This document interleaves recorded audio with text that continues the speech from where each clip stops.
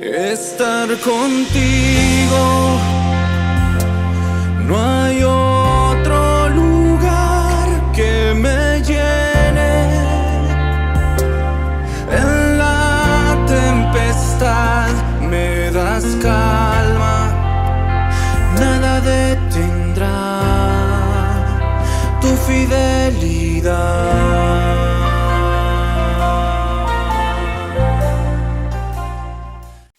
Muy buenos días, amados hermanos, los saludamos en el nombre de nuestro Señor. El día de hoy ya estamos miércoles 27 de diciembre y seguimos expectantes para escuchar la voz de Dios a través de su palabra. Vamos a orar. Te damos gracias, mi Dios, por este tiempo. Te pedimos que tú nos dirijas, que tú sigas hablando a nuestros corazones, llénanos de tu presencia, instrúyenos, Señor, por el camino que debemos seguir. Gracias por este tiempo, en el nombre de tu amado Hijo Jesús. Amén, amén. Y les damos la bienvenida a cada uno de ustedes, los saludamos y cada día juntos estamos creciendo con la palabra del Señor. Bueno, y el día de hoy nos ubicamos en Proverbios capítulo 29, versos del 15 al 27. Dice: la vara y la corrección dan sabiduría, mas el muchacho consentido avergonzará a su madre. Cuando los impíos son muchos, mucha es la transgresión, mas los justos verán la ruina de ellos. Corrige a tu hijo y te dará descanso y dará alegría a tu alma. Sin profecía el pueblo se desenfrena, mas el que guarda la ley es bienaventurado. El siervo no se corrige con palabras, porque entiende, mas no hace caso. ¿Has visto hombre ligero en sus palabras? Más esperanza hay del necio que de él. El siervo mimado desde la niñez por su amo, a la postre será su heredero. El hombre iracundo levanta contiendas y el furioso muchas veces peca. La soberbia del hombre le abate, pero al humilde de espíritu sustenta la honra. El cómplice del ladrón aborrece su propia alma, pues oye la imprecación y no dice nada. El temor del hombre pondrá lazo, mas el que confía en Jehová será exaltado. Muchos buscan el favor del príncipe, mas de Jehová viene el juicio de cada uno. Abominación es a los justos el hombre inicuo, y abominación es al impío el de caminos rectos. Damos gracias a Dios en esta mañana que nos va también hablando proverbios a nosotros como padres. Dice en el verso 15, Proverbios 29:15, la vara y la corrección dan sabiduría, mas el muchacho consentido avergonzará a su madre. La importancia de que los padres podamos corregir y disciplinar a nuestros hijos de una manera apropiada, con amor y en el momento adecuado. También nos dice que si no hacemos esto podría avergonzarnos a nosotros como padres y podría perjudicar la vida de nuestros hijos en el futuro. Y aquí Proverbios nos insta a ser activos y constantes en la disciplina con nuestros hijos, ¿no? Para que ellos puedan adquirir sabiduría. Y nosotros entendemos que muchos de nuestros hijos se encuentran en la edad de la infancia, de repente otros están en la edad de la pubertad, la adolescencia o la juventud. Y como padres también tenemos que pedir sabiduría a Dios, porque es muy diferente la forma de disciplinar, tratar, conversar con ellos en las edades en las que ellos se encuentran o las etapas en las que ellos se están en este tiempo también desenvolviendo, ¿no? Y también la palabra de Dios nos insta que nosotros debemos dedicarles ese tiempo ¿Para qué? Para que nuestras correcciones puedan ser en el momento oportuno, sean adecuados con la sabiduría de Dios. Algo que nos dice Dios: instruye al niño desde pequeño y aun cuando fuere viejo no se apartará de él. Y entendemos que la personalidad de nuestros hijos se forma durante la infancia y durante la niñez, y es en ese tiempo que nosotros debemos de aprovechar, enseñarles la palabra del Señor para que cuando ellos sean grandes puedan cumplir los preceptos, los mandamientos de Dios, ¿no? Escuchaba hace poco una entrevista y un especialista decía, ¿no? ¿Por qué muchas veces vemos tanta maldad en las personas, ¿no? Y no necesariamente son personas que estén mal de la cabeza o personas que estén internadas en un manicomio, sino que la sociedad se está deshumanizando. Y la sociedad se está deshumanizando, ¿por qué? Porque hay ausencia de padres en los hogares y las familias se están destruyendo. Entonces, aquí Dios nos da también la responsabilidad de, como padres, estar con nuestros hijos, corregirlos. ¿Para qué? Para poder levantar hijos que sean productivos para la sociedad, que puedan ser exitosos y que también nosotros como padres podamos depender de Dios cada día para poder adquirir sabiduría de saber cómo tenemos que corregir a nuestros hijos, porque no podemos encasillar a nuestros hijos a que nuestros hijos sean iguales al de otra persona, de otra familia, porque vemos que nuestros hijos pueden ser algunos muy pacientes, otros pueden ser muy activos, otros pueden ser hijos calmados, otros ansiosos, otros inquietos, ¿no? Entonces, Dios a cada padre nos da la sabiduría de cómo abordar esos problemas y cómo ayudar a nuestros hijos en la etapa que ellos están, la condición que ellos tengan, ¿no? Para que ellos puedan tener dirección y sentido durante la juventud y puedan tomar buenas decisiones, ¿no? Y que la Biblia siempre nos va a instar a que nosotros debemos corregir a nuestros hijos desde la temprana edad, ¿no? En el verso 16 dice: cuando los impíos son muchos, mucha es la transgresión, mas los justos verán la ruina de ellos, ¿no? Aquí Salomón, ¿qué nos enseña y qué nos muestra? Que el aumento de la maldad se va incrementando cada día, ¿no?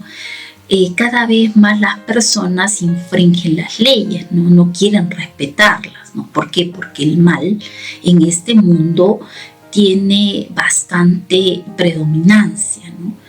Entonces, ¿qué es lo que sucede muchas veces, ¿no? En los gobernantes tiranos, y tienen muchos seguidores, ¿no? Destruyen países, destruyen economías, destruyen naciones, destruyen sociedades, ¿no?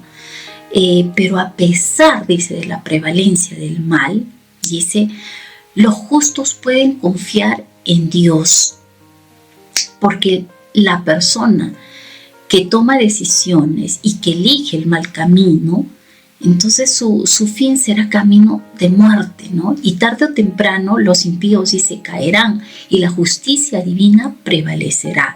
Entonces nosotros en este tiempo debemos orar mucho por nuestros gobernantes, por las autoridades que podamos tener en los lugares de trabajo, en todo lugar en el que nosotros nos desenvolvemos, ¿no?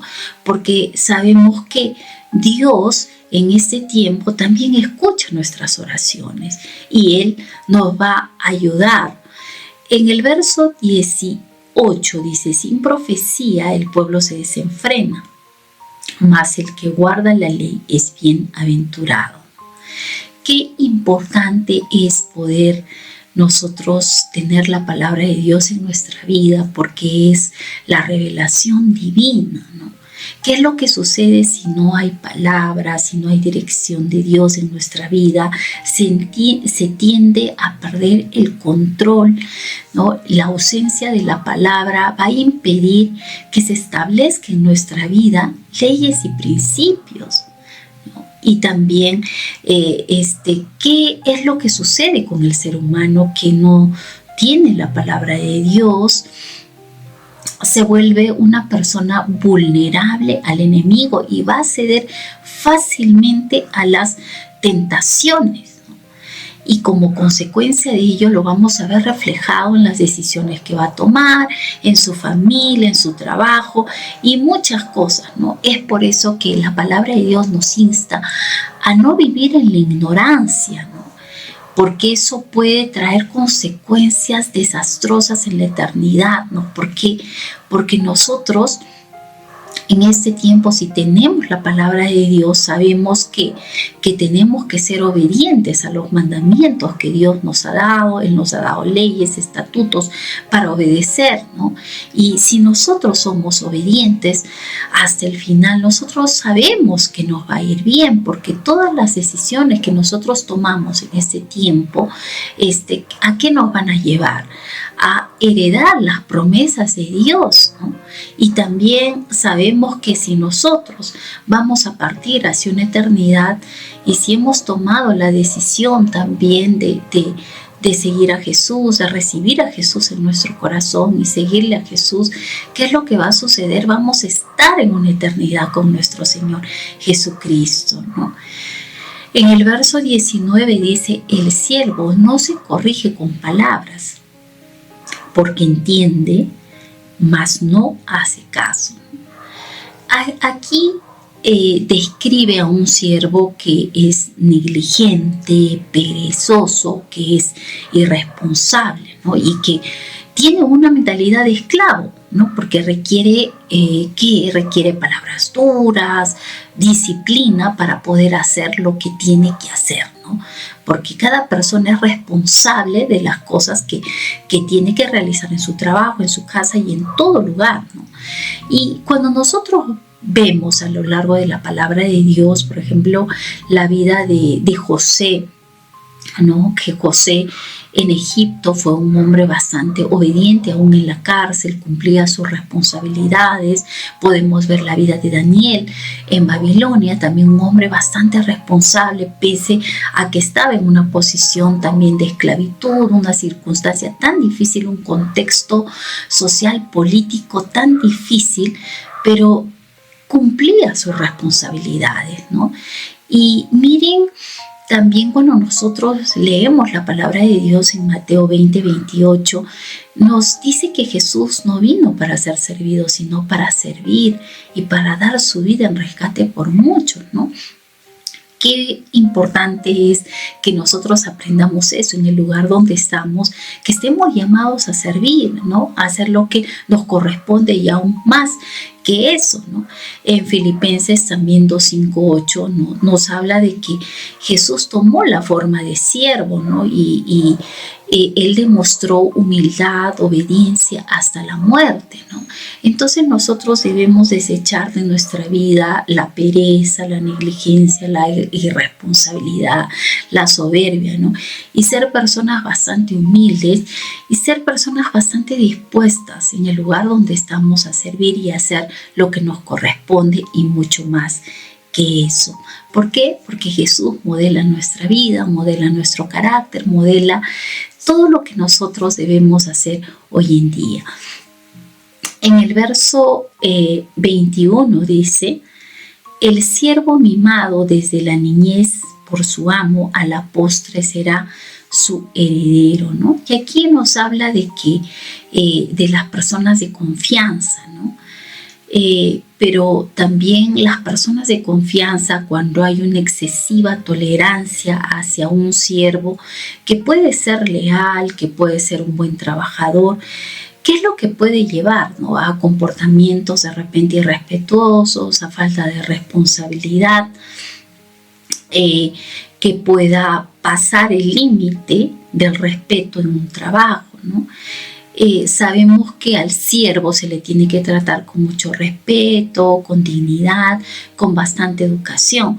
Pero cuando este siervo pasa a otra posición de confianza, ¿no? Y tanto el amo, ¿no? Debe tener cuidado del favoritismo, ¿no? Porque esto puede traer consecuencias negativas en una persona que no tiene la madurez de poder gestionar ese tipo de promociones, ese tipo de nivel de confianza que puede dar el amo o el jefe de trabajo a una persona, ¿no? Creo yo que en este tiempo Dios siempre nos llama a poder evaluarnos nosotros mismos, hacernos una introspección y a poder ser hallados también siervos leales, fieles, responsables, ¿no? Y bastante conscientes de que si se nos da una confianza, entonces nosotros debemos ser personas también bastante agradecidas y hacer el trabajo que nos corresponde hacer, asumir las responsabilidades, ¿no? Y estar en igual condición que el resto de trabajadores, ¿no? Entonces, de asumir un cargo con una gran responsabilidad y con una gran humildad, ¿no? Ya lo que nos dice Dios, que si nosotros somos fieles en lo poco, sobre mucho nos pondrá, ¿no? En el verso 22 nos dice: el hombre iracundo levanta contiendas y el furioso muchas veces peca, ¿no? La presencia de un individuo, de un hombre que es iracundo, ¿no? Siempre va a generar conflictos, contiendas, y va a hacer que en el lugar donde se encuentre la tensión aumente, ¿no? Imagínense en una familia, en un lugar de trabajo, ¿no? Entonces, Dios quiere que en este tiempo nosotros seamos personas de unidad, que no sembremos discordia, ¿no? Además, Dios, cuando nosotros somos pacíficos, somos personas que instemos en el lugar donde nos encontremos a la unidad, Dios va a bendecir nuestras vidas, ¿no? En el verso 23 dice: la soberbia del hombre le abate, pero al humilde de espíritu sustenta la honra, ¿no? Aquellos que se enorgullecen serán derribados, mientras que los humildes serán levantados, exaltados, ¿no? Y Jesús siempre nos enseñó acerca de la humildad, de la soberbia. Dice que Dios resiste al soberbio, pero Dios da gracia al humilde, ¿no? Y nosotros debemos hacernos una pregunta: ¿en qué posición estamos hoy en día? Si estamos siendo soberbios o humildes, ¿no? En el verso 24 dice: el cómplice del ladrón aborrece su propia alma, pues oye la imprecación y no dice nada. ¿Qué es lo que sucede muchas veces, ¿no? El juntarse con personas malas, ¿no? Puede traer muchos riesgos y consecuencias, ¿no? Las malas amistades, dice, corrompen las buenas costumbres, ¿no? ¿Por qué? Porque muchas veces influyen de manera negativa la vida de una persona y también su testimonio. ¿Qué es lo que lleva, ¿no?, a acciones muchas veces incorrectas, inmorales y hasta criminales, ¿no? Y puede traer consecuencias graves a una persona, ¿no?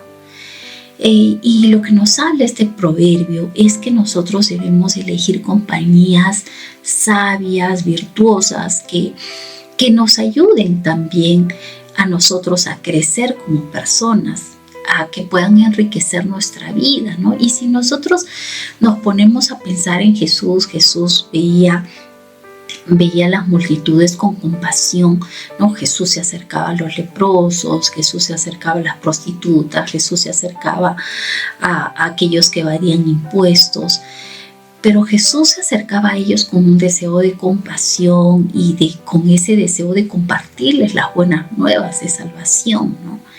Porque ellos lo necesitaban, así como nosotros también en un momento hemos estado en una condición difícil, alejados de Dios. Nos compartieron del Señor, ¿no? Pero dice que debemos también tener cuidado, llamar a esas personas como amigos. ¿Por qué? Porque Jesús tuvo amigos, tuvo discípulos, pero fueron personas que siguieron a Jesús, ¿no? Entonces nos anima este proverbio a tener amor y compasión por aquellos que están perdidos, que lo necesitan, pero también tenemos que ser cuidadosos de las compañías que influencian nuestra vida, ¿no? Y al contrario, debemos buscar también amistades que nos ayuden a crecer y que nos ayuden también a poder seguir conservando nuestros valores y los principios que Dios ha establecido en nuestras vida, sin olvidarnos también del plan de la evangelización, de ir al perdido, de hablarle las buenas nuevas de Jesucristo, ¿no? Eso es algo muy hermoso, ¿no? En el verso 25 dice: el temor del hombre pondrá lazo, mas el que confía en Jehová será exaltado, ¿no? Entonces, muchas veces el temor, ¿qué es lo que hace? Paraliza, ¿no? Y se expresa a través de la timidez, la vergüenza, el miedo, ¿no? Y dice que esta sociedad de hoy en día, ¿no?, se está caracterizando por tener mucho miedo, ¿no? Entonces, yo sé que hemos nosotros salido de una pandemia que nos ha hecho muchas veces temerosos a muchas cosas. Hay mucha gente que tiene miedo a perder el trabajo, que tiene miedo a enfermarse, a morirse, a no terminar los estudios, a no poder pagar las deudas en el banco. Hay muchas situaciones, ¿no? Pero aquí en este proverbio nos enseña, dice, a confiar en Dios, ¿no? A no ceder a nuestros miedos, a nuestros temores, a nuestras ansiedades, ¿no? Porque dice que echa tu carga sobre mí, que yo tengo cuidado de vosotros. Dice también la palabra: por nada estéis afanosos ni angustiados, mas sean nuestras peticiones conocidas en actitud de ruego, de súplica y gracias a Dios, porque esa paz de Dios que sobrepasa todo entendimiento guardará nuestros corazones en Cristo Jesús, ¿no?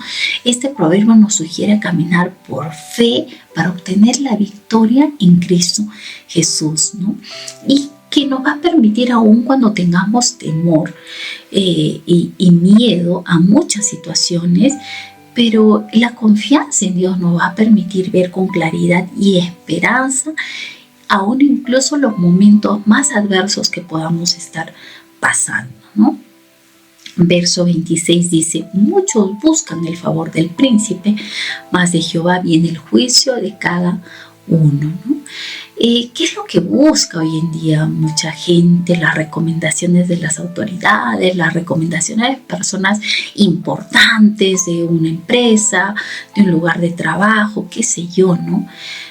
Y miren que Salomón escribía estos proverbios siendo gobernante, siendo rey, y sabía que mucha gente buscaba el favor de un rey, de una autoridad, ¿no? Pero ¿qué es lo que nos habla Dios, no?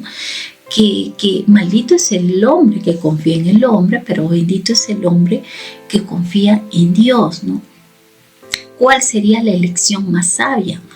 Es buscar el favor de Dios, porque nos advierte de lo engañosa que puede ser la naturaleza del hombre, que un día te puede decir sí, pero mañana te puede decir no. Pero si nosotros confiamos en Dios, ¿no? Dios es eterno, es perfecto, ¿no? Y nuestra confianza en Dios nos va a llevar también a nosotros a poder depender de Él y a poder tener esa confianza y a poder saber que la verdadera justicia y el favor viene de parte de Dios, ¿no?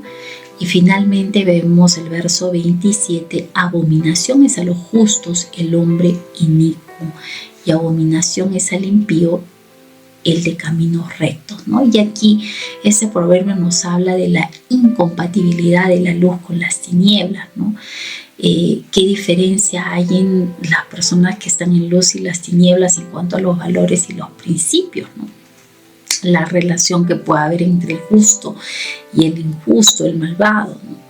Entonces son principios y leyes que rigen en sus vidas totalmente diferentes, y vemos que también los destinos van a ser diferentes, porque algo que el Señor nos enseña en la palabra, ¿no? Que Él pone un camino ancho y un camino angosto. Aquel que escoge el camino ancho lo lleva a la perdición y lo lleva a la muerte, pero aquel que escoge el camino angosto lo llevará a la vida y a heredar las promesas de Dios, ¿no? Y sabemos que hay promesas eternas también para los justos, ¿no? Entonces nosotros debemos vivir y reflexionar que también muchas veces el hombre justo va a tener la tentación de irse al otro bando, ¿no? Porque hay una constante tentación del enemigo para alejarnos del bien. Pero la pregunta es en qué posición nosotros nos encontramos y qué decisión vamos a tomar. En este tiempo, algo que el Señor nos dice es que nosotros tomemos ese camino correcto que nos lleva a la vida, a heredar las promesas de Dios. Algo que Jesús nos dice: venid en pos de mí, yo os haré discípulos. El que no se niega a sí mismo, no toma su cruz y me sigue, no será digno de ser mi discípulo, ¿no? Y qué lindo que en este tiempo nosotros estamos celebrando el nacimiento de Jesús, cómo es que Jesús puede estar en nuestras vidas y que Él puede modelar nuestra vida, nuestro carácter. Vamos a entregarle este tiempo a Dios. Te alabamos, Señor, y te damos gracias. Gracias, Jesús, por nacer en nuestros corazones. Ayúdanos en este tiempo a ser buenos padres, a que podamos corregir. Y, Señor, te entregamos nuestra descendencia a ti. También, Señor, a tomar decisiones correctas, a negarnos a nosotros mismos y ser dignos de ser tus discípulos, Señor. Gracias por este tiempo. Te amamos con todo nuestro corazón, con toda nuestra mente y con todas nuestras fuerzas. Y sabemos que tu palabra es lámpara a nuestros pies, Señor, que nos guiará por el camino correcto. Te damos gracias, mi Señor, en el nombre de tu amado Hijo Jesús. Amén. Dios los bendiga, amados hermanos. Estar contigo no hay